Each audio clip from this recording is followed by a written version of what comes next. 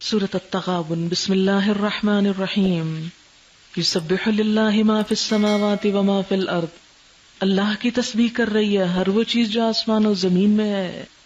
لہ الملک، اسی کی بادشاہت، ولہ الحمد، اسی کی تعریف، وہو علی کل شیء قدیر، اور وہ ہر چیز پر قدرت رکھنے والا ہے۔ هو الذی خلقکم، اسی نے تم کو پیدا کیا ہے۔ فمنکم کافر، تو تم میں سے کچھ کافر ہیں، کوئی کافر ہے۔ ومنکم مؤمن، اور کوئی مومن ہے۔ یعنی اللہ نے تو تم کو فطرت سلیم پہ پیدا کیا، لیکن تم کوئی ایمان پہ اور کوئی کفر پہ چلا گیا۔ واللہ بما تعملون بصیر، اور اللہ وہ سب کچھ دیکھ رہا ہے جو تم کرتے ہو۔ خلق السماوات والارض بالحق، اس نے آسمان و زمین کو حق عدل کے ساتھ پیدا کیا۔ وصورکم، اور تمہاری صورت بنائی۔ فاحسن صورکم، اور بڑی عمدہ بنائی۔ آپ دیکھیں کہ انسان سارے جانوروں سے اپنی شکل میں ممتاز ہے۔ بندر اور بن مانس ملتی جلتی مخلوق ہے انسان سے، لیکن ان کے مقابلے میں کتنی حسین۔ احسن، احسن سے احسنا، جیسے سورۃ مؤمن میں بھی آتا ہے وصورکم فاحسن صورکم ورزقکم من الطیبات۔ یا ایھا الانسان ما غرک بربک الکریم الذی خلقک فسواک فعدلک فی ای صورۃ ما شاء رکبک هو الذی یصورکم فی الارحام کیف یشاء والیہ المصیر۔ اللہ نے شکل نہیں دیکھنی تمہاری، اسی کی طرف لوٹنا ہے، پھر وہ پوچھے گا، حساب لے گا۔ یعلم ما فی السماوات والارض، وہ جانتا ہے جو آسمانوں میں ہے اور زمین میں۔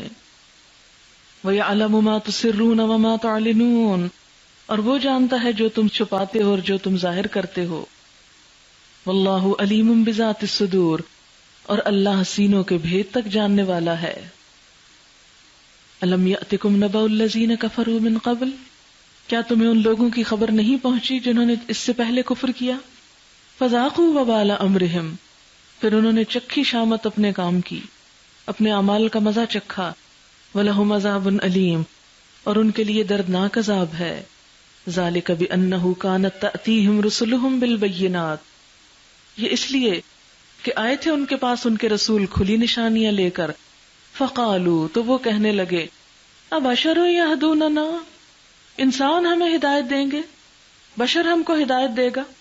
فَكَفَرُوا، تو انہوں نے بات نہ مانی۔ وَتَوَلَّوْا، منہ موڑ لیا، توجہ ہی نہ کی، بے نیازی برتی۔ وَاسْتَغْنَى اللَّهُ، اور اللہ بھی بے پرواہ ہو گیا، یعنی ان کے ایمان اور عبادتوں سے۔ وَاللَّهُ غَنِيٌّ حَمِيدٌ، اور اللہ ہے ہی بے نیاز تعریف والا ہے۔ زَعَمَ الَّذِينَ كَفَرُوا أَن لَّن يُبْعَثُوا، منکرین بڑے دعوے سے کہتے ہیں کہ وہ مرنے کے بعد ہرگز دوبارہ نہ اٹھائے جائیں گے، لیکن یہ کیا ہے؟ محض گمان۔ زعم جو ہوتا ہے نا، اس کا اطلاق جھوٹ پر بھی ہوتا ہے، یعنی محض گمان ہے جس کی کوئی دلیل نہیں۔ اور جو شخص دلیل کے بغیر کوئی بات سمجھتا، کوئی عقیدہ رکھتا ہے، تو پھر اس کا انجام یہی ہونا چاہیے۔ قل بلا وربی لتبعثن، کہہ دیجئے کیوں نہیں، قسم ہے میرے رب کی، تم ضرور اٹھائے جاؤ گے۔ ثم لتنبؤن بما عملتم، پھر ضرور تم بتائے جاؤ گے جو کچھ تم عمل کرتے رہے۔ یعنی یہ قیامت کی آمد پر دلیل ہے۔ کیا کہ انسان کو دنیا میں تو اس کے اعمال کا پورا بدلہ نہیں مل سکتا، وہیں پہ جا کے ملے گا، اس لیے اٹھانا ضروری ہے۔ وَذَلِكَ عَلَى اللَّهِ يَسِيرٌ، اور یہ بات اللہ پر بڑی آسان ہے، بہت آسان۔ فَآمِنُوا بِاللَّهِ وَرَسُولِهِ، تو ایمان لاؤ اللہ اور اس کے رسول پر۔ وَالنُّورِ الَّذِي أَنزَلْنَا، اور اس نور پر جو ہم نے اتارا۔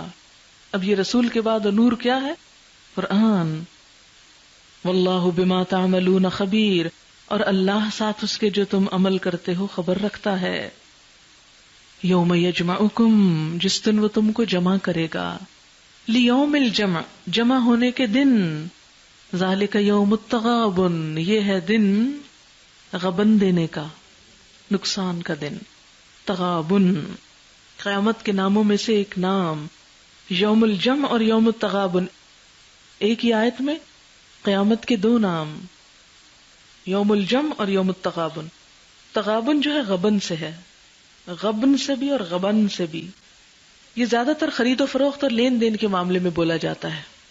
غبن کا مطلب ہوتا ہے کسی چیز کا خسارہ اور نقصان، دھوکہ دینا کسی کو۔ خرید و فروخت میں جو دھوکہ دے اس کے لیے کہتے ہیں غبن فلان، غبنت من حقی عند فلان، فلان شخص سے اپنا حق وصول کرنے میں مجھ سے بھول ہو گئی۔ اور غبن کا معنی ہے غفلت، بھول، اپنے حصے سے محروم رہ جانا۔ ایک شخص کا کسی غیر محسوس طریقے سے کاروبار یا باہمی معاملے میں دوسرے کو نقصان دینا، دھوکہ دے جانا۔ مفسرین نے یوم التغابن کے کئی معنی بیان کیے ہیں کہ کیوں اس کو تغابن کہا گیا۔ بعض نے کہا کہ اس روز اہل جنت اہل دوزخ کا وہ حصہ مار لے جائیں گے جو ان کو جنت میں ملتا اگر وہ جنتیوں جیسے کام کرتے۔ ہر ایک کا حصہ جنت میں بھی اور دوزخ میں بھی، جس جگہ جائیں تعمیر کرا لیں۔ یہ بالکل ایسے ہی ہے کہ اگر آپ کا ایک پلاٹ لاہور میں بھی اور اسلام آباد میں، جس کو چاہیں تعمیر کر لیں، گھر تو وہیں بنے گا نا جہاں تعمیر کریں گے۔ دو جگہ پلاٹ ہونے سے تو کوئی فرق نہیں پڑتا۔ تو ہر شخص کا ایک پلاٹ جنت میں ہے اور ایک جہنم میں، جہاں چاہے اپنے لیے گھر بنا لے۔ اب کیا ہوگا؟ جو لوگ جنت میں چلے جائیں گے وہ جہنمیوں کے پلاٹ بھی ضبط کر لیں گے۔ تو یہ کیا ہو گیا؟ غبن ہو گیا۔ کس کا؟ جہنم میں جانے والوں کا۔ اس کے بارے میں بخاری میں حدیث آتی ہے کہ جو شخص بھی جنت میں جائے گا اسے وہ مقام دکھا دیا جائے گا جو اسے دوزخ میں ملتا اگر وہ برا عمل کرتا، تاکہ وہ اور زیادہ شکر گزار ہو۔ جو شخص بھی دوزخ میں جائے گا اسے وہ مقام دکھا دیا جائے گا جو اسے جنت میں ملتا اگر اس نے نیک عمل کیا ہوتا، تاکہ اسے اور زیادہ حسرت ہو۔ اس سے بھی پتہ چلتا کہ دونوں جگہ پلاٹس ہیں آپ کے۔ دوسری تفسیر کہ اس روز ظالم کی اتنی نیکیاں مظلوم لوٹ لے جائے گا جو اس کے ظلم کا بدلہ ہو جائیں، یا مظلوم کے اتنے گناہ ظالم پہ ڈال دیے جائیں گے جو اس کے حق کے برابر وزن رکھتے ہوں۔ اس کے بارے میں بخاری میں آتا ہے، آپ صلی اللہ علیہ وسلم نے فرمایا، جس شخص کے ذمہ اپنے کسی بھائی پر کسی قسم کے ظلم کا بار اسے چاہیے کہ یہیں سبق دوش ہو جائے، کیونکہ آخرت میں دینار و درہم نہ ہوں گے، وہاں اس کی نیکیوں میں سے کچھ لے کر مظلوم کو دلوائی جائیں گی، یا اس کے پاس نیکیاں کافی نہ ہو تو مظلوم کے گناہ اس پر ڈال دیے جائیں گے۔ گویا وہ نیکیاں جو کما کے لایا تھا، جس سے اس نے جنت لے لی تھی، وہ اس سے لے لی گئی، یعنی مظلوم کے پاس چلی گئی۔ تو اس کا غبن ہو گیا نا، نقصان ہو گیا۔ آپ صلی اللہ علیہ وسلم نے یہ بھی فرمایا کہ کوئی جنتی جنت میں اور کوئی دوزخی دوزخ میں اس وقت تک نہ جا سکے گا جب تک کہ اس کے ظلم کا بدلہ نہ چکا دیا جائے جو اس نے کسی پر کیا ہو، یہاں تک کہ ایک تھپڑ کا بدلہ بھی دینا ہوگا۔ ہم نے عرض کیا یہ بدلہ کیسے دیا جائے گا جبکہ قیامت میں ہم ننگے بچے ہوں گے؟ فرمایا اپنے اعمال کی نیکیوں اور بدیوں سے بدلہ چکانا ہوگا۔ کیسے بیٹھ کے آرام سے غیبت کرتے رہتے ہیں لوگوں کی۔ اور وہ حدیث کتنی مشہور ہے، آپ نے فرمایا تم جانتے ہو مفلس کون ہے؟ تو لوگوں نے عرض کیا مفلس وہ ہوتا ہے جس کے پاس مال متاع کچھ نہ ہو۔ فرمایا میری امت میں مفلس وہ ہے جو قیامت کے روز نماز، روزہ، زکوٰۃ ادا کر کے حاضر ہوا مگر اس حال میں آیا کہ کسی کو اس نے گالی دی، کسی پر بہتان لگایا، کسی کا مال مار کھایا، کسی کا خون بہایا، کسی کو مارا پیٹا، پھر ان سب مظلوموں میں سے ہر ایک پر اس کی نیکیاں لے کر بانٹ دی گئیں، اور جب نیکیوں میں سے کچھ نہ بچا جن سے اس کا بدلہ چکایا جاتا تو ان میں سے ہر ایک کے کچھ کچھ گناہ لے کے اس پہ ڈال دیے گئے اور وہ شخص دوزخ میں پھینک دیا گیا۔ ایک اور حدیث میں ہے، آپ صلی اللہ علیہ وسلم نے فرمایا کسی مجاہد کے پیچھے اگر کسی شخص نے اس کی بیوی اور اس کے گھر والوں کے معاملے میں خیانت کی تو قیامت کے روز اس مجاہد کے سامنے کھڑا کر دیا جائے گا اور اس کو کہا جائے گا اس کی نیکیوں میں سے جو کچھ تو چاہے لے لے۔ یعنی ایک مجاہد جہاد کرنے گیا ہوا ہے، پیچھے سے اس کی بیوی کو بہلا پسلا لیا یا یہ کہ اس کے مال میں کچھ خیانت کر لی، تو قیامت کے دن کیا ہوگا؟ مجاہد سے کہا جائے گا اس کی نیکیوں میں سے جس نے تیرے گھر میں خیانت کی تو کیا کر، جو چاہے لے لے۔ پھر حضور صلی اللہ علیہ وسلم نے ہماری طرف متوجہ ہو کر فرمایا پھر تمہارا کیا خیال ہے، یعنی تم کیا اندازہ کرتے ہو اس کے پاس کیا چھوڑے گا؟ ایک اور تفسیر تغابن کی یوں کی گئی کہ تغابن کا لفظ چونکہ تجارت کے معاملے میں بولا جاتا ہے تو اللہ نے دنیا کس لیے دی تھی کہ ہم تجارت کریں نا، اور جو شخص دنیا میں نیکی کی تجارت کرے گا، نیکی کماتا چلا جائے گا تو قیامت تک اس کی نیکیاں بڑھتی چلی جائیں گی، اور اس طرح اس نے اپنے جان، مال، جسم، ہر چیز سے کیا کیا؟ ایک فائدہ اٹھایا۔ اور اگر اس نے غلط کام کیے تو گویا اپنی ساری صلاحیتوں کو، انویسٹمنٹ ہے نا یہ ہماری، ہر چیز کا اچھا استعمال، اچھی انویسٹمنٹ ہے، تو اس نے اپنا اصل زر جو ہے وہ تباہ کر دیا.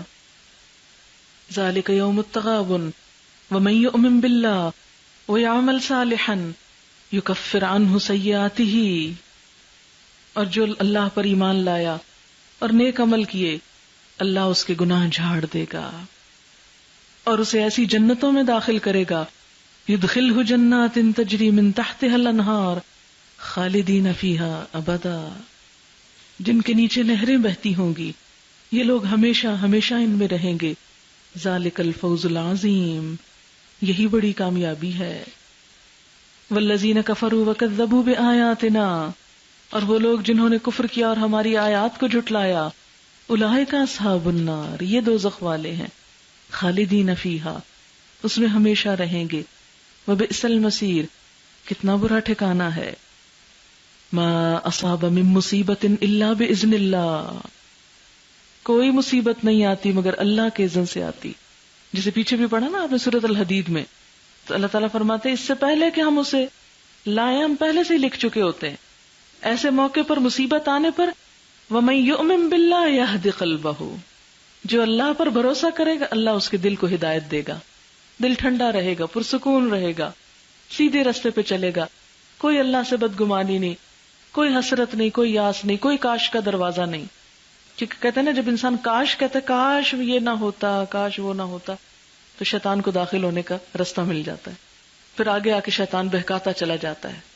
تو جو شخص مصیبت پہ صبر کرے گا، اللہ پہ بھروسہ کرے گا کہ کوئی بھی چیز جب انسان کے ہاتھ سے مثلا نقصان ہوتی، کوئی چیز جو چلی جاتی، اور اس موقع پر انسان یہ سوچے اللہ نے دیا اور اللہ ہی نے لے لیا، اللہ کی چیز سے امانت تھی، ختم، تو پھر کوئی غلط کلمہ نہ زبان سے نکلتا، نہ شکوہ دل میں آتا ہے، نہ انسان بلا وجہ پریشان ہوتا ہے، اور نہ اپنے وقت اور اپنی زندگی صلاحیتوں ان چیزوں کو گنواتا ہے. یہدی قلبہ، اور دل ہدایت پا جائے تو سارا عمل درست ہو جاتا ہے. واللہ بکل شیء علیم، اور اللہ ہر چیز کو جاننے والا ہے. وَأَطِیعُوا اللَّهَ وَأَطِیعُوا الرَّسُولَ، اطاعت کرو اللہ کی اور اطاعت کرو رسول کی. فَإِن تَوَلَّيْتُمْ، اور اگر تم اطاعت سے منہ موڑتے ہو، فَإِنَّمَا عَلَىٰ رَسُولِنَا الْبَلَاغُ الْمُبِينُ، تو ہمارے رسول کے ذمہ کھلم کھلا پہنچا دینا ہے. اللہ لا الہ الا ہو، اللہ وہ ہے جس کے سوا کوئی خدا نہیں. وعلی اللہ فلیتوکل المؤمنون، اور اللہ پر چاہیے کہ توکل کرے مومن، یعنی رسول اور اس کے ماننے والے اللہ پہ بھروسہ کر کے آگے بڑھیں، کیونکہ اللہ کا کام ہے، اللہ ہی کے حوالے کریں، اللہ ہی مدد کرے گا. یا ایھا الذین آمنوا ان من ازواجکم واولادکم عدوا لکم فاحذروہم، اے لوگو جو ایمان لائے ہو، تمہاری بیویوں اور تمہاری اولاد میں سے بعض تمہارے دشمن ہیں، دشمن، میٹھے دشمن.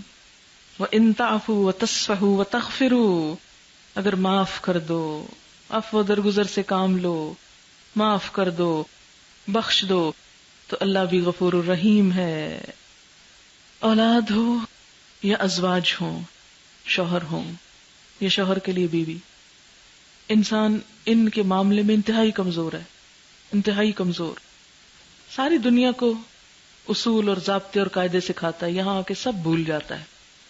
کسی ایک ٹیچر کے بچے کو ہی دیکھ لیں کہ دوسروں کو وہ تہذیب سکھاتا ہے، ڈسپلن سکھاتا ہے، اور وہی اپنے بچے کو ڈسپلن سکھانے میں ناکام ہے. کیوں؟ اس لیے کہ وہاں وہ جو بے جا کی محبت ہے نا، سافٹ کارنر، ہائے بیچارے سو رہے ہیں، ہائے بیچارے بھوکے، ہائے بیچارے تھکے ہوئے، وہ ان کو انسان نہیں بننے دیتے. یہی دشمنی ہے کہ وہاں آ کر انسان کمزور پڑ کے سب بھول جاتا ہے. جیسے دین کے لیے نکلنے کی بات ہے، بچہ رو رہا ہے، ٹانگوں سے چمٹ رہا ہے، دوسرے بھی کہ ہائے کتنی ظالم ماں ہے، روتے بچے کو چھوڑ دیا. یہ کیسا اسلام ہے، یہ کیسا دین ہے. نماز پڑھتے وقت اور کسی کچھ دیتے وقت کیوں نہ بچوں کو دیں، کسی اور کو کیوں دیں.